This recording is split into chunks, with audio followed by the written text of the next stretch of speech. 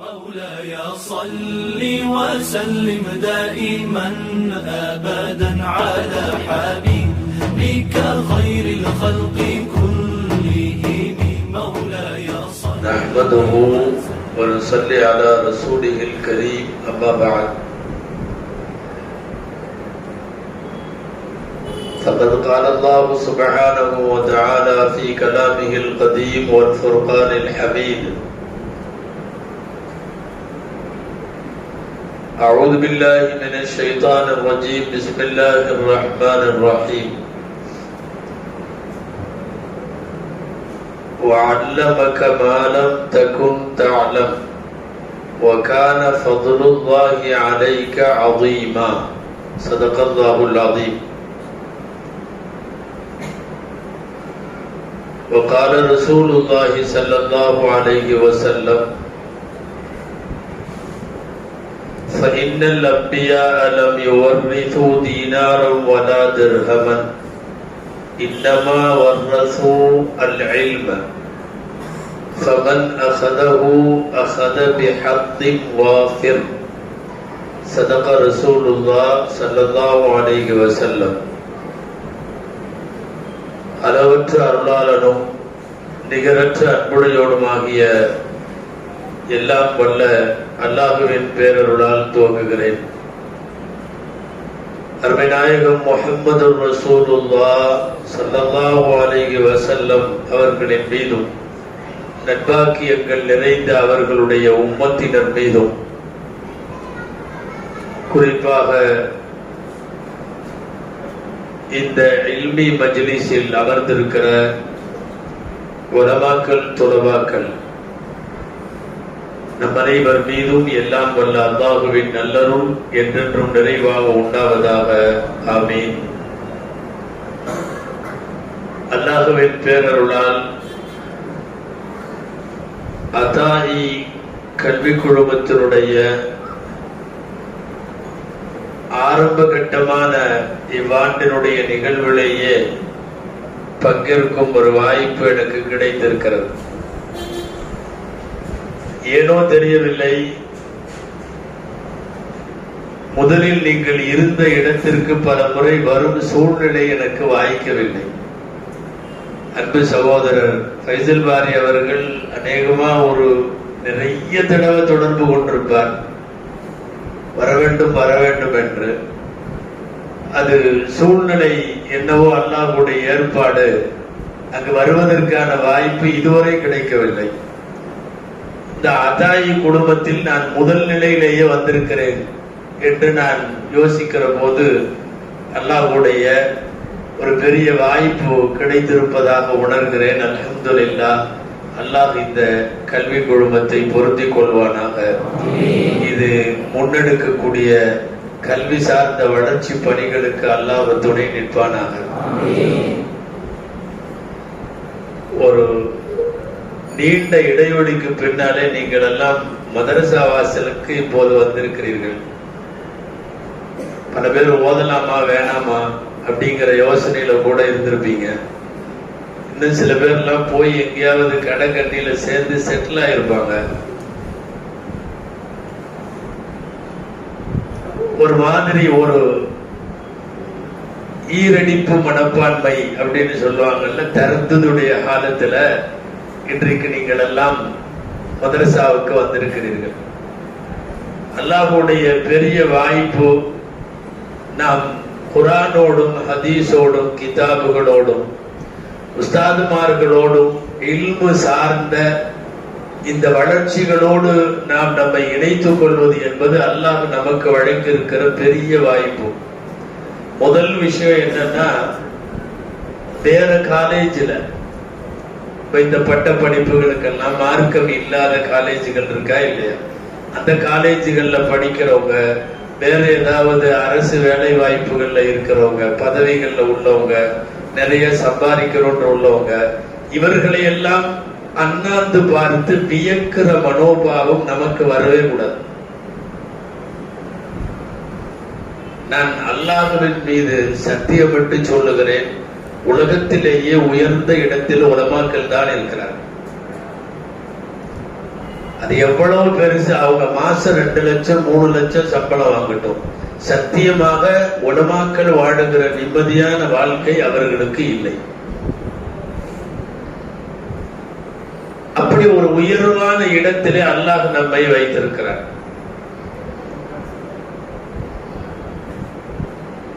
கோடி கோடியாய் பணம் வேண்டுமா, அல்லது சமுதாயத்திற்கு தலைமை ஏற்கிற தகுதி வேண்டுமா?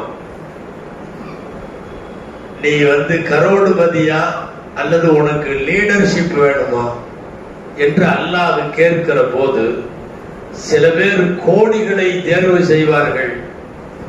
சில பேரை அல்லாஹ் கோடிகளுக்கு லட்சங்களுக்கு என்று வைத்து விட்டார். ஆனால் நம்மை லீடர்ஷிப்புக்கு தேர்வு செய்திருக்கிறார். இந்த 2லே சிறந்தது லீடர்ஷிப், தலைமைத்துவம். தலைமைத்துவத்திற்கு நாம் காசு பணத்திற்கு வேண்டுமானால் அவர்கள், சில பேருக்கு பணம், சில பேருக்கு பதவி, சில பேருக்கு வேறு வகையான உலகம் சார்ந்த கொடைகள். நமக்கு தலைமைத்துவத்தை தந்திருக்கிறான். லீடர்ஷிப் என்பது ரொம்ப பெரிய விஷயம். சில மஜ்லிஸ்கள்ல எல்லா கோடீஸ்வரனும் இப்படிதான் உட்கார்ந்துருக்கணும். ஆலிம்சா இப்படி உட்கார்ந்துருப்பார், பெரிய கோடீஸ்வரனா இருப்பான். சில பேர் கிழிஞ்ச பனியில போட்டு சுத்துவான். நம்ம ஆலிம்சா ஜம்முன்னு ஒயிட் அண்ட் ஒயிட்ல வாங்குற சம்பளம் 5000 ரூபாயா இருக்கும். அவருடைய ஒயிட்ல உள்ள பியூரிட்டி வேற எங்கேயும் இருக்காது. கோடீஸ்வரனா இருப்பான், படுத்த தூக்கம் வர்றது. நம்ம படுத்த 5வது நிமிஷம் கொருட்ட வரும். உண்மைதான். இவ்வளவு மாத்திரை திங்கிறான், இவ்வளவு மாத்திரை போட்டு முடுங்கிட்டு படுத்து புரண்டுட்டு படுத்திருப்போம், தூக்கம் வராம. நம்ம அப்படி இல்லை, தெலங்கானி கூட இல்லை. எங்கேயாவது ஒரு பள்ளிவாசல்ல இப்படியும் பாரு ஆலிம்சா 5 நிமிஷம் ஜம்முன்னு தூங்கிடுவார். இந்த தூக்கம் நிறைய பேருக்கு இல்ல, கோடீஸ்வரர்களுக்கு இல்ல, லட்சாதிபதிகளுக்கு இல்ல.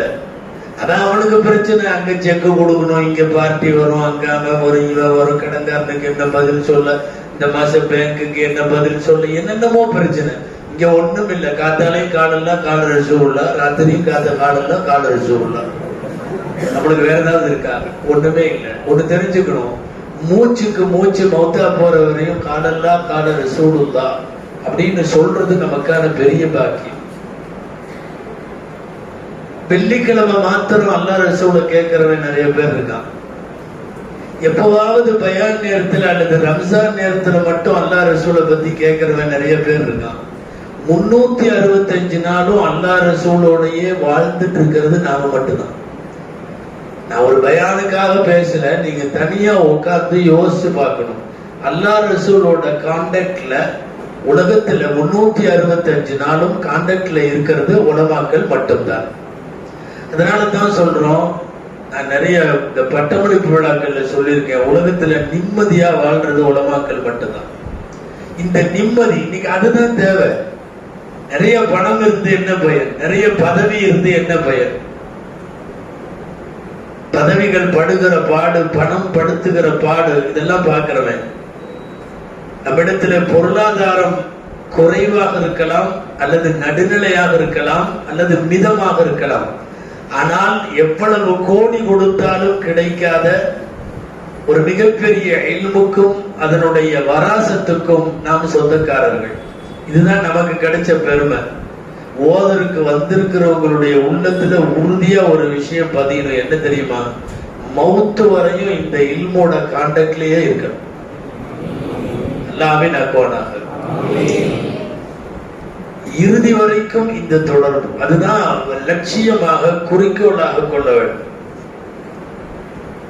நான் சொல்றேன், நல்லா தூங்குறாங்க, நல்லா ட்ரெஸ் மாத்துறாங்க. நம்ம எல்லா சபையிலையும் நீங்க தான் கதாநாயகன். அத 1 கோடியில கல்யாணம் பண்ணிருப்பாரு. மெட்ராஸ்ல இருக்கிற ஆக பெரிய மண்டபத்துல என்னென்னமோ பண்ணிருப்பாரு. மாப்பிள்ளையோட செருப்பு ஷூ மட்டும் 5000 ரூபாய். அவர் கோட்டிருக்கிற கோட்டு 20000 ரூபாய். என்னென்னமோ பண்ணி கிராண்டா உட்காந்துருப்பார். நீங்க மட்டும் அல்லிஃப் பைனகுமான்னு ஓதலைன்னா பொண்டாட்டி தொட முடியாது, டச் பண்ணவே முடியாது. நீ எத்தனை கோடி வேணாலும் செலவழிச்சுக்கோ.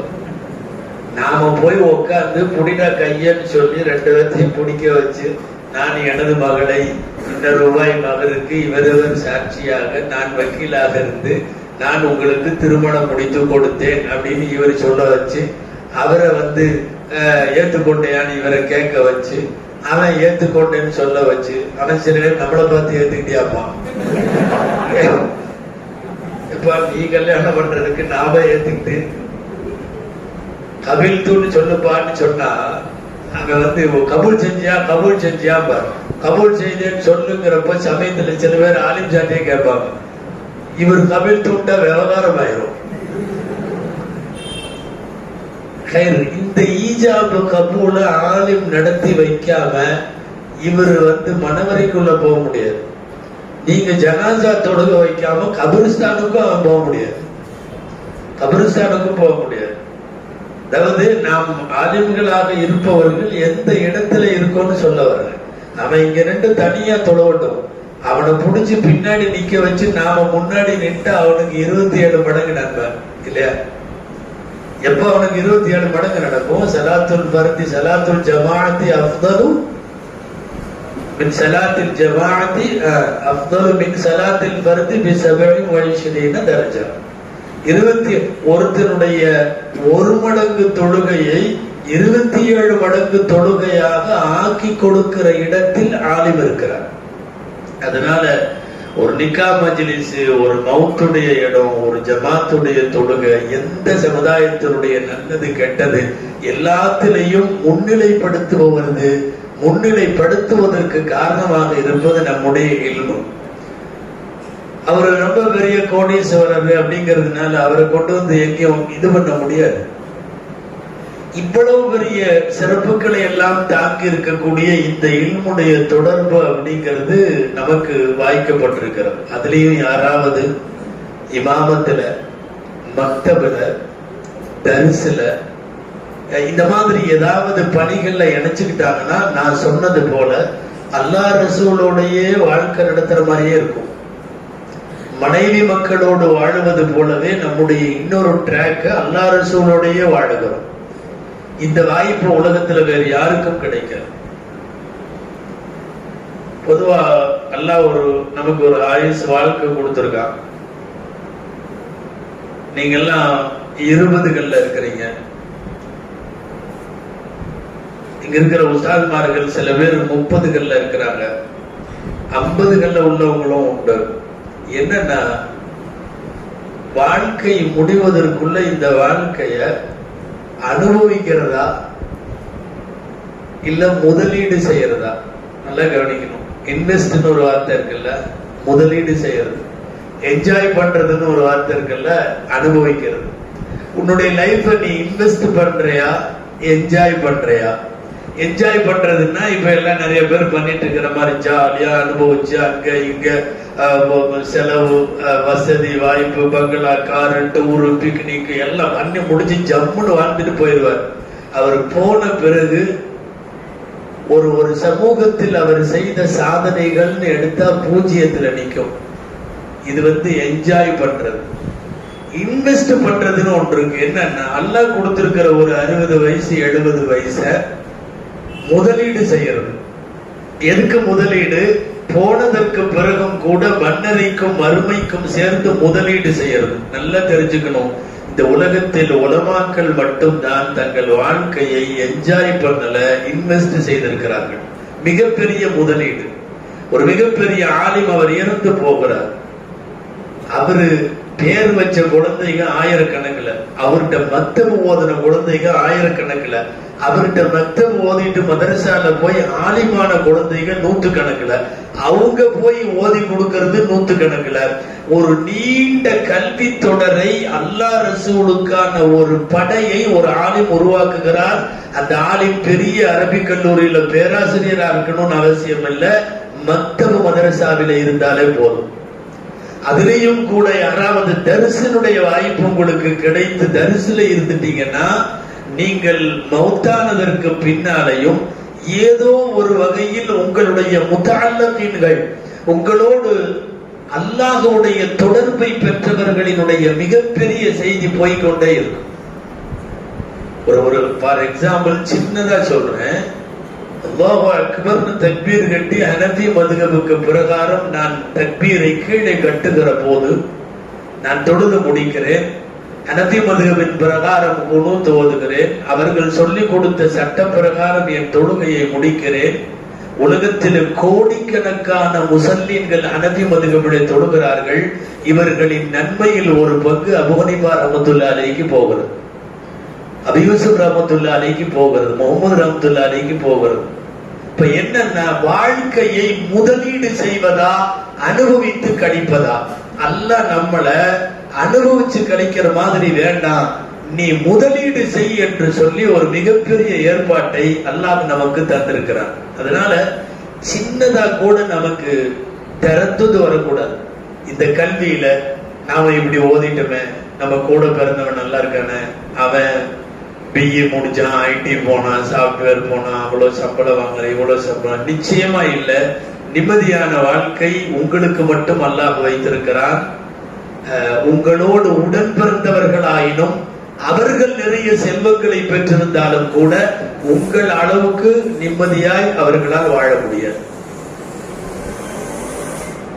அதிலும் நல்ல நோக்கங்களோடு அல்லாஹ் சில திறமைகளை, ஒரு காரியாக, ஒரு எழுத்தாளராக, ஒரு பேச்சாளராக, ஒரு முதர்ரிஸாக, ஒரு ஒரு கல்வி நிலையங்களை கட்டமைக்கக்கூடியவர்களாக, சமூக மேம்பாட்டிற்கு பாடுபடக்கூடியவர்களாக இப்படியெல்லாம் இருந்துட்டா அல்லாஹ்விடத்துல மிகப்பெரிய உயர்வுக்கு நாம காரணமாயிரும்.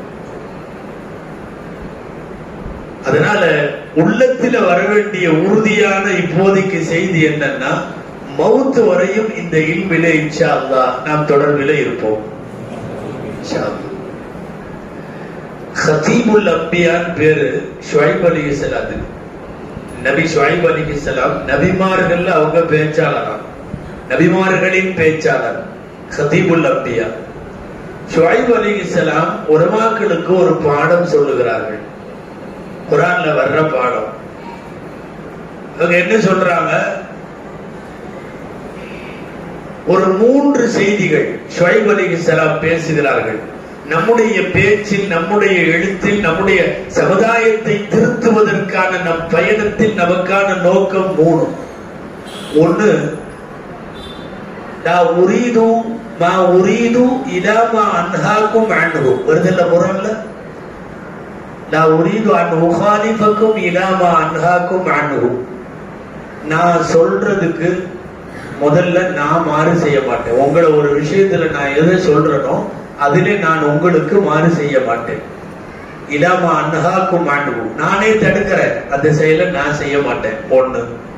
உலமாக்களுக்கான பெரிய பாடம் இது, ஷுஐப் அலைஹிஸ்ஸலாம் சொல்ற பாடம். 2வது, இன் உரீது இல்லல் இஸ்லாஹ மஸ்ததஅது. என்னுடைய ஆயுள் பூரா என்னால முடிஞ்ச வரையும் மக்களை சீர்திருத்துவதை நான் உறுதியாக நம்பிக்கை வைத்திருக்கிறேன், உறுதியாக நினைக்கிறேன். 3வது செய்தி, நான் எவ்வளவோ பேசலாம், நான் எழுதலாம், நான் பெரிய பேச்சாளராக இருக்கலாம், ஆனா வமா தௌஃபீகி இல்லா பில்லாஹி அலைஹி தவக்கல்து வ இலைஹி உனீப். ஷுஐப் அலைஹிஸ்ஸலாம் சொல்ற வார்த்தை, அல்லாஹ்வின் அருளை கொண்டே தவிர வேற எதுவும் முடியாது. 3 செய்தி கொஞ்சம் சம்மரியில கொண்டு வாங்க நீங்க. 1, நான் எதை பேசுறேனோ அதுக்கு மாத்தமா நான் நடக்க மாட்டேன். 2வது, என் வாழ்க்கை உள்ள வரையும் மஸ்ததஅது, நான் மக்களை சீர்திருத்துவேன், இஸ்லாம் செய்வேன். 3வது செய்தி, வமா தௌஃபீகி இல்லா பில்லாஹ்.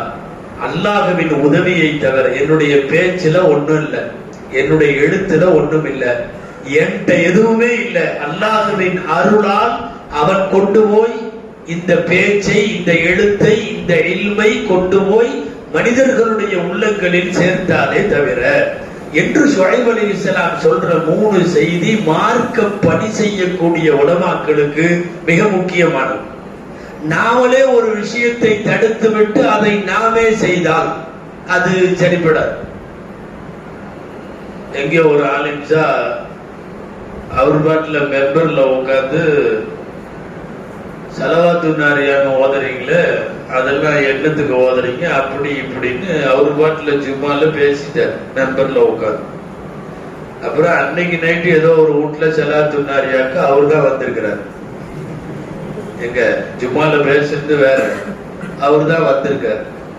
அப்ப அந்த வீட்டுல உள்ள அந்த மஜ்லிஸ்ல கலந்துக்கிட்ட ஒருத்தர் தனியா கூப்பிட்டு போய் கேட்டாராம், இதெல்லாம் ஓத வேணான்னு மத்தியானம் ஜும்மால சொன்னீங்க, நைட்டு பார்த்தா மஜ்லிஸுக்கு வந்திருக்கிறீங்க. அதுக்கு அவர் சொன்னாராம், நான் சொல்றது ஷரியத், நான் செய்யறது ஷரியத் இல்லை. நான் உட்கார்ந்து ஒண்ணுக்குறீங்கன்னு சொல்லுவேன், நான் மறுநாள் நின்றுட்டு ஒண்ணுக்கு இருப்பேன். நான் சொல்றதான் நீ எடுத்துக்கணுமே ஒழிய நான் செய்யறதை எடுத்துக்கூடாதுன்னாராம். சும்மா ஒரு எக்ஸாம்பிளுக்காக சொல்றேன். இது விவாதத்துக்கு வேணா கேட்கறதுக்கு நல்லா இருக்கலாம், ஆனா வாழ்க்கைக்கு விளங்காது. அது என்ன, இவர் சொல்றது ஒண்ணு அவர் செய்யறது ஒண்ணு. சொல்லுக்கும் செயலுக்கும் இடையிலே கல்வியாளர்களுக்கு இடையில இடைவெளி வந்துச்சுன்னா அது எந்த அதரையும் ஏற்படுத்தாது. போய் நாம பேசுகிற பேச்சு, எழுதுகிற எழுத்து, நீங்க சொல்ற நசீஹத்து தாக்கத்தை ஏற்படுத்த வேண்டுமானால் முதல்ல அது முக்கியம். அல்லாமா ஹசன் பஸ்ரி ரஹ்மத்துல்லாஹி அலைஹி, நீங்க என்ன ஹசன் பஸ்ரி ரஹ்மத்துல்லாஹி அலைஹி பேசுறீங்கன்னா, இப்ப அந்த சப்ஜெக்ட் தான் இந்த வரலாறுல நான் பேசிட்டு இருக்கிறேன்.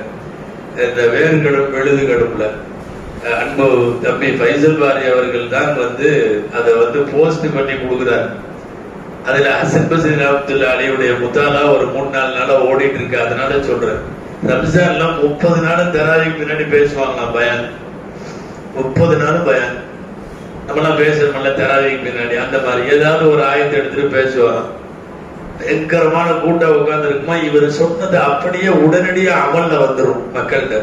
அப்படி ஒரு தாக்கமுள்ள பேச்சாளர் அல்லாமா ஹசன் பஸ்ரி ரலியல்லாஹு அன்ஹு. அந்த காலத்துல நிறைய அடிமைகள் இருப்பாங்க. உரிமையிட்டா எஜமானர்கள் பார்த்து உரிமையிட்டா உரிமையாகலாம், இல்லாட்டி அடிமையாவே இருக்கும். அப்போ ரம்ஜான் முதல் நாளே ஒரு அடிமை சந்திச்சிருக்கிறார். யாரு? ஹசன் பஸ்ரி ரஹ்மத்துல்லாஹி அலைஹி. ஹஸ்ரத், நீங்க தராவிக்கு முன்னாடி பயன் பண்றீங்க, அது ரொம்ப பயங்கரமான தாக்கத்தை ஏற்படுத்துது. நீங்க ஒரு வேலை செய்யுங்க, நீங்க சொன்னா உடனடியா வந்துருது. நாங்கெல்லாம் இங்க உள்ள ஒரு எஜமான்ட்ட தான் அடிமையா இருக்கிறோம், ரொம்ப கஷ்டமா இருக்கு. அந்த எஜமான் இங்கதான் தொழுக வர்றாரு, உங்க பயான் எல்லாம் கேட்கிறாரு. நீங்க மெதுவா இந்த உரிமையிடுறதனுடைய சிறப்புகளை பத்தி ஒரு நாள் பேசுங்க.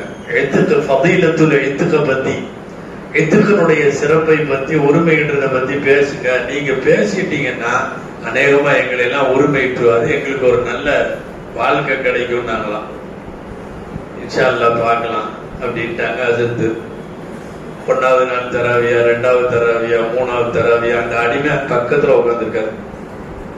அசத்து மூஞ்சிவே பாக்குறாரு, இன்னைக்கு என்ன சப்ஜெக்ட், இன்னைக்கு என்ன சப்ஜெக்ட். ஒரு நாளும் வரமாட்டேங்குது. ரம்ஜான் போயிட்டே இருக்கு. இன்னைக்கு அவர் பேசுறாங்க, தலாக்க பேசுறாங்க, ஆயாத்த பேசுறாங்க, மௌத்த பேசுறாங்க. கடைசி வரையும் இத்துக்கு வரவே மாட்டேங்குது. 30 நாளும் முடிஞ்சது. அவரு சொன்ன அடிமை மண்டகாஞ்சு போய் இவர்கிட்ட போய் சொன்ன பாரு, இப்படி கடைசி வரையும் பேசாம விட்டாரு, இப்படி வேஸ்டாச்சு, விட்டாச்சு. அந்த அடிமையும் மறந்துட்டாரு, போயிட்டாரு. அடுத்த ரம்ஜான்ல ஃபர்ஸ்ட் நாள் முதல் தராவிகளை பயான எழுத்துக்கூடிய பயான் ஃபதாயிலுல் இத்க் அப்படின்னு பேசி ஒரு அடிமையை உரிமையிடுறதனுடைய மாண்பு மதிப்பு எவ்வளவுன்னு பயங்கரமா பேசின உடனே மறுநாள் அந்த ஆளு எஜமா உரிமையிட்டார். உரிமையிட்டதுக்கு அப்புறம் ஹசன் பஸ்ரி ரலியல்லாஹு அன்ஹு அந்த அடிமை சந்திச்சார். நைட்டு பேசினீங்க, காத்தால உரிமையிட்டார். நான் சொன்னபடி போன வருஷமே பேசியிருந்தான். பேசின உடனே மறுநாள் காலையிலேயே ஹசன் பஸ்ரி ரஹ்மத்துல்லாஹி அலைஹி சொன்னாங்களா, என்னுடைய பயான் மிக வேகமாக மக்கள்கிட்ட தாக்கத்தை ஏற்படுத்த காரணம் என்ன தெரியுமா, அவங்கள்ட்ட சொல்ற அந்த செயலை நான் முதல்ல அமல் செஞ்சிருவேன். ஆனா நான் ஒரு அடிமையை உரிமையிடுற அளவுக்கு நீ திடீர்னு சொன்னப்ப என்கிட்ட காசு இல்லை. நீ எப்ப சொன்னையோ அதுல இருந்து நான் காசு சேர்த்து வச்சு என்னுடைய சொந்த செலவுல ஒரு அடிமையை உரிமையிட்டு போட்டு நான் பேசினேன். அப்ப நான் அப்படி பேசின உடனே நான் என்னுடைய பேச்சு பொதுமக்களிடத்தில் தாக்கத்தை ஏற்படுத்துவதற்கு என்ன காரணம் என்றால், சொல்லுகிற சொல் எதுவோ அதை என் செயலிலே முதலில் நான் வைத்து பார்த்து விடுவேன் என்று சொன்னார்கள் ஹசன் பஸ்ரி ரலியல்லாஹு அன்ஹு. நமக்கு ஷுஐப் அலைஹிஸ்ஸலாம் சொல்லிக் கொடுத்த நுகாலிஃபக்கும் இலா மா அன்ஹாக்கும் அன்ஹு என்கிற வார்த்தையினுடைய விளக்க உரையாக இருக்கிறது இமாம் ஹசன் பஸ்ரி ரலியல்லாஹு அன்ஹுடைய வரலாறு. அந்த மாதிரி எந்த செயலை சொல்லுகிறோமோ அந்த விஷயத்தில், எந்த பாவத்தை தடுக்கிறோமோ அந்த விஷயத்தில், அல்லது எந்த நன்மையை மக்களிடத்தில் தூண்டுகிறோமோ அந்த விஷயத்தில் செயல்பாடும் ஒத்து போய்விட்டால் ரொம்ப அற்புதமா போயிடலாம். வாயில மட்டும் வர்றதை விட கொஞ்சம் கவலையோட உள்ளத்திலிருந்து வந்ததுன்னா வேற மாதிரி இருக்கும். தில் சே ஜோ பாத் நிகல்தி ஹை அசர் ரக்தி. உள்ளத்திலிருந்து ஏதாவது ஒரு பேச்சு வெளியே வந்தால் அசர் ரக்தி, அது போய் நிச்சயமாக தாக்கத்தை ஏற்படுத்தும். அந்த அடிப்படையில கல்விக்காக வேண்டி என்று சொல்லி ஏராளமான பணிகளை செய்தவர்கள் நமக்கு முன்னால இருக்கிற உலமாக்கள், முஸ்லிஹீன்கள், சாலிஹீன்கள். நீங்க எல்லாம் ஓதுற இன்னைக்கு இந்த சூழ்நிலையில உங்களுக்கு என்னென்ன சொல்றதுன்னு தெரியல. ஆனா முக்கியமா ஒன்று சொல்லணும், கிதாபுகளில் புலமை வேண்டும். கிதாபுகள்ல புலமை வேண்டும். இன்னைக்கு வருத்தமா இருக்குது. நான் நிறைய மதரசாக்களை பார்க்கிறேன். நீங்க எப்படி இருக்கீங்கன்னு எனக்கு தெரியாது. ஆனா ஒன்னும் பொதுவாகவே சொல்றேன், சமீப காலங்கள்ல ஒரு போங்கு அதிகமாயிட்டு வருது. என்ன தெரியுமா? அவருக்கும் கிதாபுக்கும் டச் இல்ல, அவருக்கும் அரபி இபாரத்துக்கும் டச் இல்ல, அவருக்கும் நகவு சரப்பு பிரகாரம் அவரை முத்தாலா செய்யறதுக்கும் சம்பந்தம் இல்லை. ஆனா விட்டா இடி முழக்க மாதிரி பயங்கரமா பேசுவார். அவரா வாட்ஸ்அப்ல 4 பயானம் கேட்பாரு, கேட்டுட்டு அடிப்பாரு பாருங்க. அந்த பேச்சாளரே தோத்து போற அளவுக்கு இவரு பேசுவாரு. அப்படியே வாட்ஸ்அப்ல பயான் கேட்க வேண்டியது, பேசிட வேண்டியது. அப்படியே எங்கேயாவது நெட்ல தட்ட வேண்டியது, ஒரு உரை இருக்கும், அந்த உரையை அப்படியே கேட்க வேண்டியது, அடிச்சு தட்ட வேண்டியது. நான் என்ன சொல்றேன்னா, கிதாபு பார்க்கிற இடத்திற்கு நீங்க வரணும். திக்கி திக்கி பேசுங்க பரவாயில்ல, தடுமாறி பேசுங்க பரவாயில்ல, முதாலாவுடைய மாத்தா நம்மள்கிட்ட வேணும். இங்க நீங்க 4, 5 பெரிய சுமரா தானே, 5, 6, 7 அரபியில, உருதுல, தமிழ்ல எல்லாத்திலையும் புலமை வேணும். முதல்ல கிதாபுடைய தாலுக்கு வேணும். இன்னைக்கு சில பேர் நினைக்கிறாங்க, நம்ம நல்லா பேசுறோம்ல, நம்ம நல்லா எழுதுறோம், நல்லா தெரிஞ்சுக்கணும். சமுதாயத்துல நீண்ட காலம் ஃபீல்டுல நிக்கணும்னா உன்கிட்ட கிதாபி மகாரத் இருந்தா தான் நிக்க முடியும்.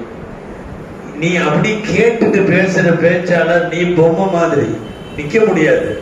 உன்னை சமுதாயம் பயன்படுத்தாது. எனக்கு தெரியும் எத்தனையோ பேர் இதே தமிழ்நாட்டுல இருக்காங்க, அடுக்கு மொழி தொடர் ஆரம்பிச்சா சும்மா கட்டா கட்டா கட்டான்னு தமிழ் எல்லாம் பிச்சு வாங்குவோம். தமிழ்நாட்டுல எந்த மேடைகளையும் காண அவங்கள. காரணம் என்ன தெரியுமா? கிதாபுக்கும் அவங்களுக்கும் டச் இல்லை. நல்லா தெரிஞ்சுங்க, நீங்க மிதமா பேசுங்க, வசன நடையெல்லாம் இல்லாம சாதாரணமா பேசுங்க, எப்படி வேணாலும் பேசுங்க. கிதாபுகளில் உங்களுக்கு உபூரியத்து வேண்டும், கிதாபுகளில் உங்களுக்கு திறமை வேண்டும். இவருடைய 1 மணி நேர பயானம் கேட்டு நீங்க பேசுறதை விட நீ மிஷ்காத்துல 4 ஹதீஸ் படி, அந்த ஹதீஸ் அதனுடைய விளக்கத்தை நீ பார், அதனுடைய ஆசியாவை பார், அதனுடைய சரணை பார், நீ பேசு. அல்லாஹ் அதை கொண்டு ஏற்படுத்துற தாக்கம் வேறு. முத்தாலாவே இல்லாம இன்னைக்கு நிறைய யாரும் உலமாக்களும் கேட்கிறவங்க என்ன காணொலி வழியா போயிட்டு இருக்கிறதுனால உலமாக்களும் கோவிச்ச கூடாது. நிறைய வாட்ஸ்அப் உலமாக்கள் வருத்தமாக இருக்கிறது. வாட்ஸ்அப்ல ஒருவர் ஒரு பயான பதிவு செய்யறார் வெள்ளிக்கிழமை அன்னைக்கு காலையில. அதுல ஒரு ஆயத்தை எழுதுறார், திருக்குர்ஆனுடைய ஆயத்தை. அதுக்கு தர்ஜுமா போடாம விட்டார். அடுத்த 15வது நிமிஷத்துல 4-5 பேர் என்ன அதற்கு தர்ஜுமா போடவில்லை, அந்த ஆயத்திற்கு அர்த்தம் என்ன, அந்த ஆயத்திற்கு அர்த்தம் என்ன அப்படின்னு கேட்டு அவரு திரும்ப, அதாவது ஒரு குறிப்பு எழுதுகிறார்கள், பூரா தமிழ்ல எழுதி வாகுறு தாவான வரை உன் கையில கொடுத்து நீ பேசுறதுன்னா அதுக்கு நீ தேவையில்லை.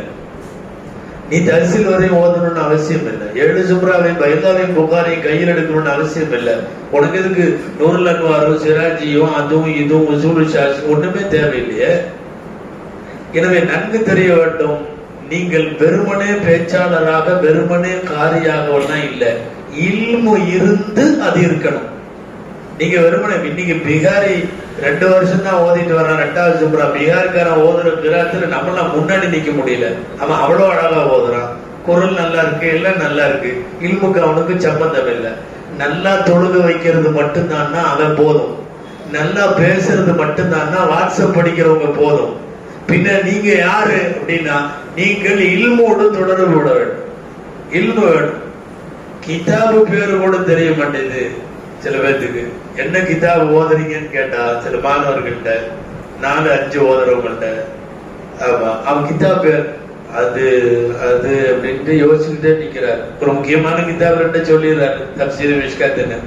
அதுக்கப்புறம் உள்ள கிதாபு தெரிய மாட்டேது. எனக்கு ஒரு நகைச்சுவை ஞாபகத்துக்கு வருது, சொல்லலாமா வேணாமான்னு யோசனையா வேற இருக்கு. கயிறு அல்லதுல்லா இது காணொளி கயிறு அல்லதுல்லா இல்ல, ஒரு மதரசால நடந்த செய்தி தான். இந்த ஹதீஸுடைய பல்ல உசூல் ஹதீஸ் நுஹ்பத்துல் ஃபிக்ர்னு ஒரு கிதாப் இருக்கு. என்ன கிதாபுங்க இருக்கா, ஓதுறீங்களா? நுஹ்பா, இந்த கிதாப் நுஹ்பத்துல் ஃபிக்ர் நுஹ்பான்னு சொல்லுவாங்க. ஆமா, எல்லாம் உட்கார்ந்துட்டாங்க மாணவர்கள். அவங்கள்ட்ட எல்லாம் கிதாப் இருக்கு, அவங்கள்ட்ட எல்லாம் கிதாப் வச்சிருக்காங்க. அசத்து நடத்துறதுக்கு கிதாப் இல்லை அவருக்கு, உஸ்தாதுக்கு. லைப்ரரியில எடுக்கணும். லைப்ரரி நாசிர் ரூம்ல தமிழ்நாட்டுக்குள்ள நடந்தது, சென்னையில இல்லை, எங்க உள்ளுக்குள்ள. ஊரும் வானா மதரசாவும் வானா. அவரு அஜர்த்து மெதுவா, பாய் எனக்கு கிதாப் இல்லை, கிதாப் அங்க பிரின்சிபல் ரூம்ல இருக்கு லைப்ரரியில, நீ போய் எனக்கு கிதாப் வாங்கிட்டு வந்தார். அவன் கிதாபு பேரே தெரியாம இருந்திருக்கான். அவன் நேர நாசிட்ட போனான். அஸ்ஸலாமு அலைக்கும். அவரு கொஞ்சம் கிண்டலான ஆளு. யாரு? நாசிர். என்னப்பா, எங்க அசத்து நொத்துபா வாங்கிட்டு சொன்னார். எங்க அசத்து அவரு அதிர்ச்சியாயி, எப்பா எங்கிட்டே வாங்கிட்டு சொன்னார். ஆமா வாங்கி. அவர் திருன்னு முழிக்கிறாரு. பையன் சொன்னா, எங்கள்கிட்ட எல்லாம் இருக்கு, எங்க அசத்திட்ட இல்லை.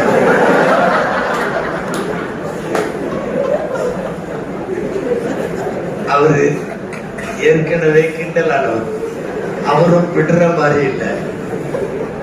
அவரு இவனை வச்சு செய்யறதுக்கு முடிவு பண்ணிட்டார். அப்ப வந்துட்டு அவரு திரும்ப திரும்ப பேசுறாரு, இவனும் திரும்ப திரும்ப கேட்கிறான். இப்ப கடைசியா சொல்லி விட்டாரு, நான் இப்ப பாடத்துல இருக்கேன், நீ வந்து போய் சொல்லிரு அப்படின்னாரு. இல்ல எங்க அசத்து இப்பவே வாங்கிட்டு சொன்னாரு.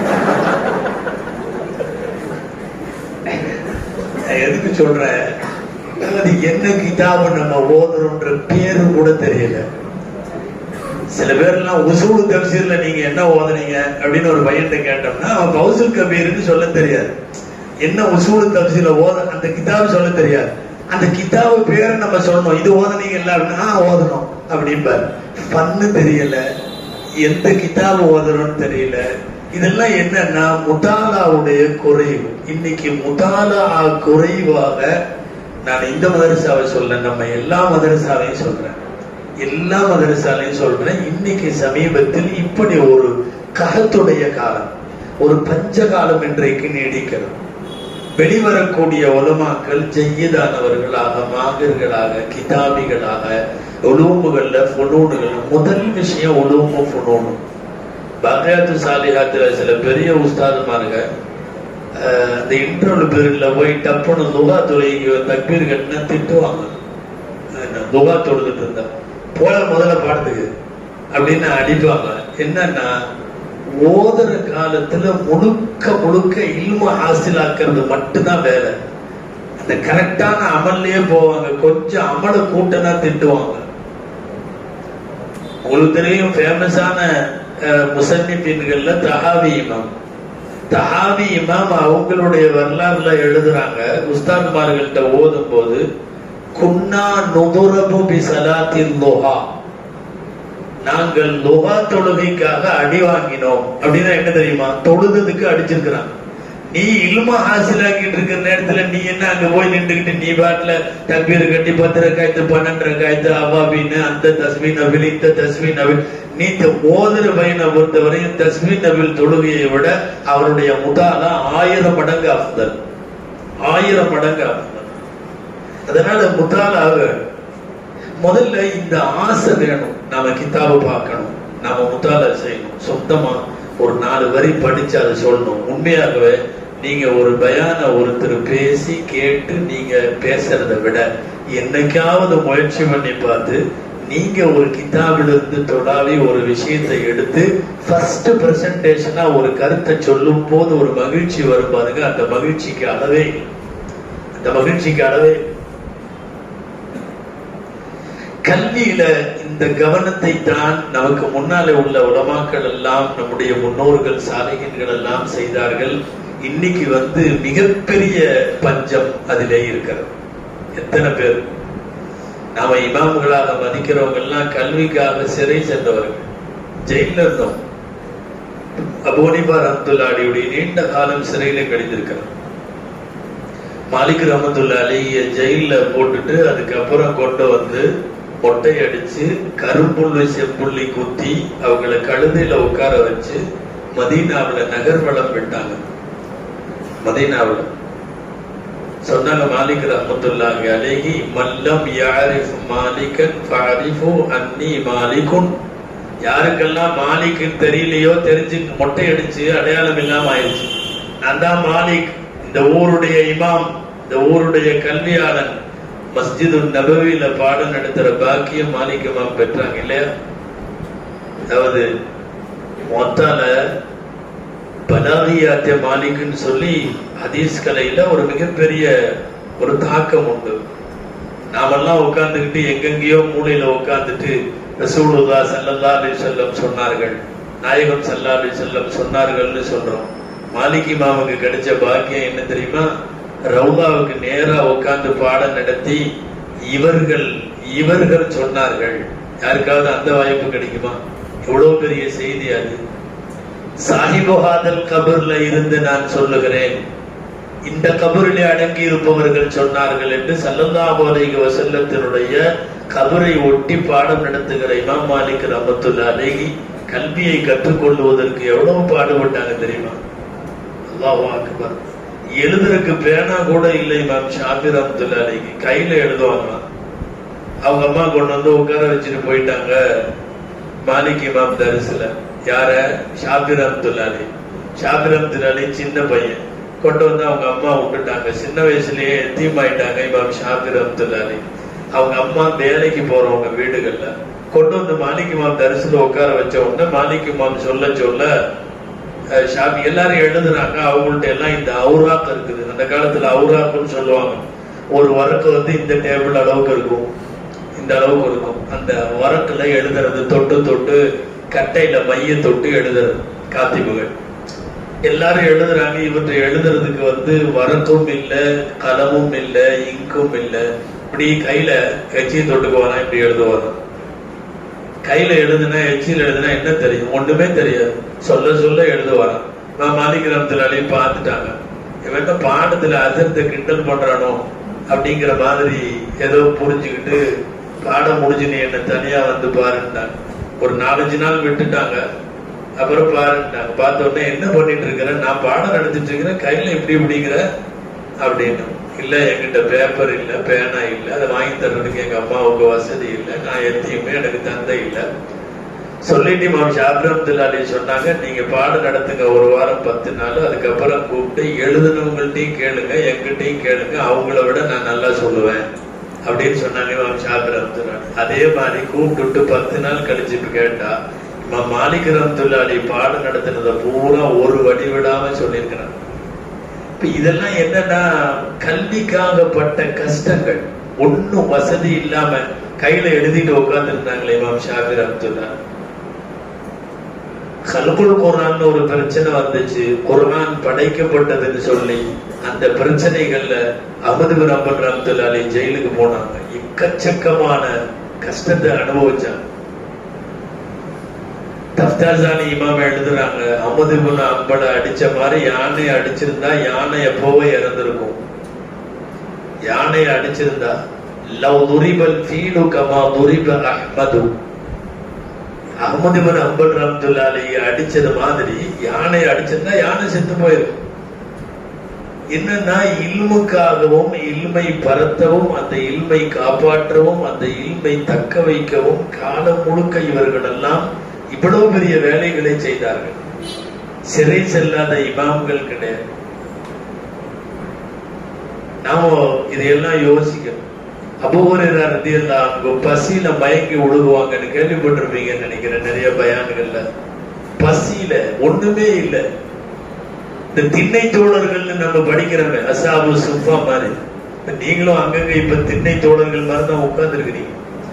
மதரசத்து சுஃபா மாதிரி திண்ணை தோழர்கள். அன்னைக்கு திண்ணை தோழர்களுக்கு ஒண்ணும் கிடையாது, ஒரு காசும் கிடையாது. யாராவது வந்து பேரிச்சம்பழம் கொடுக்கணும், யாராவது வந்து ரொட்டி கொடுக்கணும். ஒரு தடவை சாப்பிடுறதுக்கு ஒண்ணுமே இல்லை.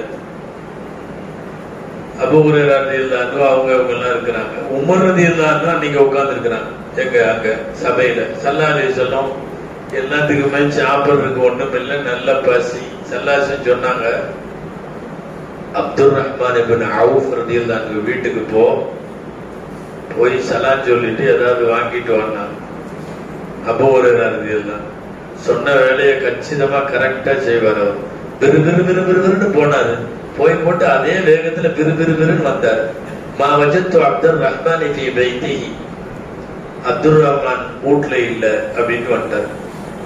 ஸல்லல்லாஹு அலைஹி சொன்னாங்க, இத்ஹப் இலா பைத்தி ஸுபைர் ஃபஸ்அல்ஹு, ஸுபைர் ரலியல்லாஹு அன்ஹு வீட்டுக்கு போ. வேகமா போனாரு. போயிட்டு ஒருத்தர் திரும்பி வந்துட்டார். அமா வஜத்துஹு ஃபீ பைத்திஹி, அங்கேயும் அதே பதில். ஸுபைர் ரலியல்லாஹு அன்ஹு வீட்ல இல்ல. பசியோட கடுப்புல உட்கார்ந்திருந்த உமர் ரலியல்லாஹு அன்ஹு கோபம் வந்துருச்சு. நீ உட்காரு. யார்கிட்ட? அபூ ஹுரைரா. நீ இங்கே உட்காரு. லவ் தஹப்த இலல் பஹ்ரி லஜஃபா, நீ கடலுக்கு போனீங்கன்னா கடல்ல தண்ணி இருக்காது. நீ கடலுக்கு போய் போட்டு நேரா வந்து மா வஜத்துல் மா ஃபில் பஹர் அப்படின்னா, அந்த மாதிரி ஒருவேளை உணவுக்கு யாராவது ரொட்டி கொண்டு வரணும், யாராவது பேரிச்சம்பழம் கொண்டு வரணும். எவ்வளவு கல்வியினுடைய போராட்டம். இதுல காலம் முழுக்க கல்விக்காக கிதாபுகளுக்காக போராடி 54 வயசு இமாம் ஷாஃபி ரஹ்மத்துல்லாஹி அலைஹி மௌத்தாகும் போது யோசிச்சு பாருங்க. மௌத்தாகிற வயசெல்லாம் இல்ல. காலம் முழுக்க நல்ல சாப்பாடு கிடையாது, நல்ல தூக்கம் கிடையாது. பின்ன வேற என்னன்னா ரப்பு பகலும் கிதாபு, ரப்பு பகலும் கிதாபு. அவங்க ஊரை எல்லாம் முடிச்சுக்கிட்டு மிஸ்ர்ல என்டர் ஆகும் போது 48 வயசு, 48 கிட்டத்தட்ட 50 வயசு. மிஸ்ர்ல 4 வருஷம் இருந்தாங்க. மிஸ்ர்ல இருந்தப்பதான் அவங்க கிதாபுல் உம்மு எழுதுறாங்க. கிதாபுல் உம்மு எழுதுறாங்க. உம்முங்கிறது அதாவது ஒவ்வொரு நாளும் பல இந்த மாதிரி வர்க்குகள்ல எழுதி முடிக்கணும். 4 வருஷத்துல எழுதி முடிச்ச உம்ம முடியவும் அவங்க வஃபாத்தும் சரியா இருந்தது. உம்ம கிதாபுல் உம்ம குத்த வச்சு எழுதும் போது பார்த்தவங்க ரபீ இப்னு சுலைமான் சொல்லி அவங்க சொல்றாங்க, மூல வியாதியில அவங்களுக்கு ரத்தம் வடியும். என்ன அழகான வார்த்தை கிதாபுல பதிவாயிருக்கு தெரியுமா? சமுதாயத்திற்கு கிதாபுகளை தருவதற்காக இந்த பக்கம் இங்குல மை வடிந்து கொண்டிருக்கும், அந்த பக்கம் ரத்தம் வடிந்து கொண்டிருக்கும் மூல வியாதியில. அதே ரபீ இப்னு சுலைமான் சொல்றாரு, சில டைம் எழுதி முடிச்சுட்டு அந்த அவுராக்க மூடி வச்சுட்டு இமாம் ஷாஃபி அவங்க சுருவால் போடுவாங்க. பைஜாமா இந்த கீழே குழாய் அது போடுவாங்க, சுருவால் போடுவாங்க. அவர்களுடைய சுருவால்ல வடிந்த ரத்தம் அவர்களுடைய ஹுஃப், அவர்களுடைய காலரை வரை வடிந்தோடும் ரத்தத்தை நான் பல நாட்களில் பார்த்திருக்கிறேன். பல நாள். நான் இதுக்கு நான் உடனே நான் பேஷண்ட் ஆயிட்டேன், எனக்கு ரத்தம் வந்துருச்சு, அப்படியா இப்படியா நான் படுத்துக்கிறேன். இல்ல, மவுத்து வரைக்கும் எழுதிட்டு தான் இருந்தேன். மவுத்து வரைக்கும் உண்மை எழுதினான். அப்போ வழியும் ரத்தத்துக்கு இடையிலேயும் கல்வி பணி என்பதை நாம் யோசித்து பார்க்கிற போது அல்லாஹு அக்பர், மிகப்பெரிய கல்வி பணி அதெல்லாம். இல்முன்னா சாதாரணமான இல்மெல்லாம் இல்லை. இமாம் ஷாஃபி ரஹ்மத்துல்லாஹி இல்மு. ஒருத்தர் நேகமா சுஃபியான் சௌரி ரலியல்லாஹு அன்ஹுட்ட கனவு கண்டேன், கனவுக்கு விளக்கம் கேட்டு போலான்ட்டு வந்தேன்னு வந்தார். கனவுக்கு விளக்கம் கேட்டு, என்ன கனவுப்பான்னு? இல்ல, ஜனாசா ஒண்ணு தூக்கிட்டு போறாங்க, நீளமான ஜனாசா. கனவுலயே நான் பயங்கரமான கூட்டம். அப்போ யார் இவங்கன்னு கேட்டேன். அப்ப ஆதம் அலைஹிஸ்ஸலாம் ஜனாசான்னு சொன்னாங்க. நான் உடனே நினைக்கிறேன், ஆதம் என்னைக்கோ மூத்தா போயிட்டாரு, இது என்ன ஆதமோட ஜனாசா இன்னைக்கு போகுது. முடிச்சுட்டு நேரா ஹதரத் ஆதம் அலைஹிஸ்ஸலாமினுடைய ஜனாசா போவதை நான் கனவிலே பார்த்தேன்னு சொன்ன உடனே கணக்கு விளக்கம் சொல்லுகிற அந்த முஅப்பிர் சொல்லுகிறார், நீ கண்ட கனவு உண்மையாக இருந்தால் இமாம் ஷாஃபி மௌத்தாயிட்டாங்கன்னு அர்த்தம். ஏன் அப்படின்னா குர்ஆன்ல அல்லம ஆதம் அல் அஸ்மா குல்லஹான்னு வருது. ஆதம் அலைஹிஸ்ஸலாத்தினுடைய ஃபர்ஸ்ட் என்ட்ரி குர்ஆன்ல என்னன்னா இல்மோடு தான் சம்பந்தப்படுகிறது. ஆதமுடைய ஜனாசா போகிறது அப்படிங்கிறதுக்கு தஅபீர் என்னன்னா பெரிய ஆலிம் ஒருத்தர் வஃபாத் ஆயிட்டாருன்னு அர்த்தம். இன்னைக்கு லெவல்ல ஹிஜாஸ்ல இமாம் ஷாஃபியை விட பெரிய ஆள் யாரும் இல்ல. எனவே நீ சொல்ற கனவு சரியா இருந்துச்சுன்னு சொன்னா அநேகமா ஷாஃபி இமாம் மௌத்தாயிட்டாங்கன்னு சொன்னாங்க. மறுநாள் காலை அவங்களுக்கு தகவல் வந்தது இமாம் ஷாஃபி மௌத்தாயிட்டாங்க. இவர் கண்ட கனவு அன்னைக்கு ராத்திரி மௌத்தாயிருக்கிறான். யோசிச்சு பார்த்தா பிரமிப்பாக இருக்கிறது. நாம் மதிக்கிற, நாம் யாருடைய வரலாறுகளை படிக்கிறோமோ அந்த மாதிரி இமாம்கள் மகான்கள் எல்லாமே கல்விக்காக காலத்தை பூரா ஒதுக்கிட்டாங்க. நாம இன்னைக்கு நிறைய பேர் என்ன நினைக்கிறேன் தெரியுமா, அங்க போனா 60,000 சம்பளம் கிடைக்கும், இங்க போனா 70,000 சம்பளம் கிடைக்கும், அங்க போனா ஜாலியா கோட்டு சூட் எல்லாம் போட்டு ஜம்முன்னு இருக்கலாம். நீங்கள் கனவில கூட இதை உயர்வாக கருதிவிடக் கூடாது.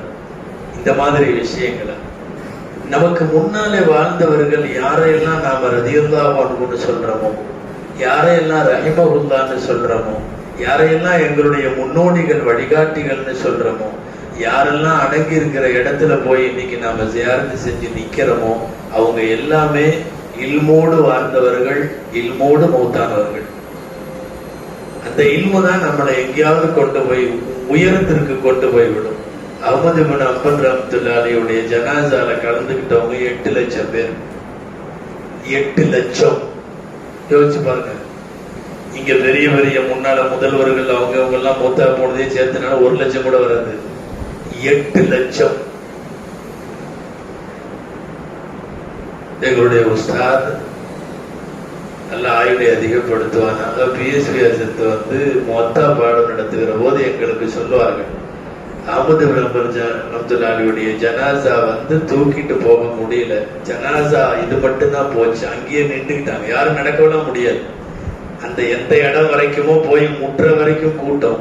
ஜனாசா மட்டும் போனது. மக்கள் அப்படியே நின்று வாங்கி வாங்கி வாங்கி வாங்கி விட்டாங்க. அது அப்படியே போச்சு. ஹஜ்ரத் சொல்லுவாங்க, புறாக்கள் பறவைகள்லாம் வந்து முட்டிட்டு போயிருவான். எதுல? அந்த சந்தூக்குல.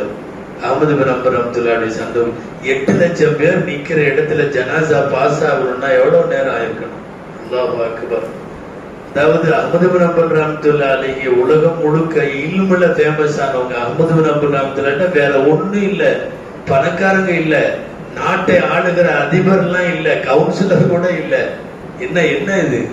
60,000 பேர் ஜனாசாவுடைய வெளியில இருந்தவங்க பெண்கள் 60,000 பேர். எந்த அளவுக்கு எழுதுறாங்க வரலாற்று ஆசிரியர்கள். வஃபாத்துல் அயான் எல்லாம் எந்த அளவுக்கு இருக்கு தெரியுமா? ஜனாசாவுக்கு வந்த கூட்டமும் அந்த ஜனாசா போன விதத்தையும் பார்த்து முஸ்லிமானவங்க யகூதி நசராக்கள் 20,000 பேர். 20,000 யகூதி நசராக்கள். அவங்க வேற ஒரு கராமத்தையும் பார்க்கல. அஹ்மது பின் ஹம்பலுடைய மௌத்தை பார்த்தவர்கள்.